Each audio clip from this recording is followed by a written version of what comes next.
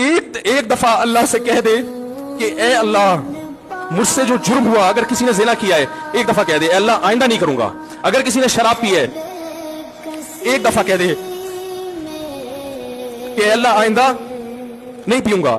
اگر کسی نے اپنے والدین کو ستایا ہے ایک دفعہ کہہ دے اے اللہ آئندہ نہیں ستاؤں گا. اگر کسی نے وراثت کھائی ہے ایک دفعہ کہہ دے اللہ حق واپس کروں گا، آئندہ کسی کا حق نہیں دباؤں گا.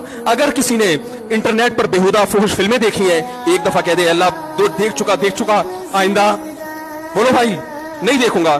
اللہ فرماتے ہیں اس کے کہنے میں تاخیر ہو سکتی ہے. وَمَن يَعْمَلْ سُوءًا أَوْ يَظْلِمْ نَفْسَهُ ثُمَّ يَسْتَغْفِرِ اللَّهَ یجد اللہ غفور الرحیم، کہ ایسا ہی بڑا سے بڑا جرم کر لے اس کے بعد جب اللہ سے توبہ کرے گا بشرطے کہ روح جسم کے اندر موجود ہو، اللہ فرماتے ہیں یجد اللہ غفور الرحیم، اللہ صرف گناہ کو معاف نہیں کرے گا بلکہ یہ اللہ کو غفور اور رحیم پائے گا.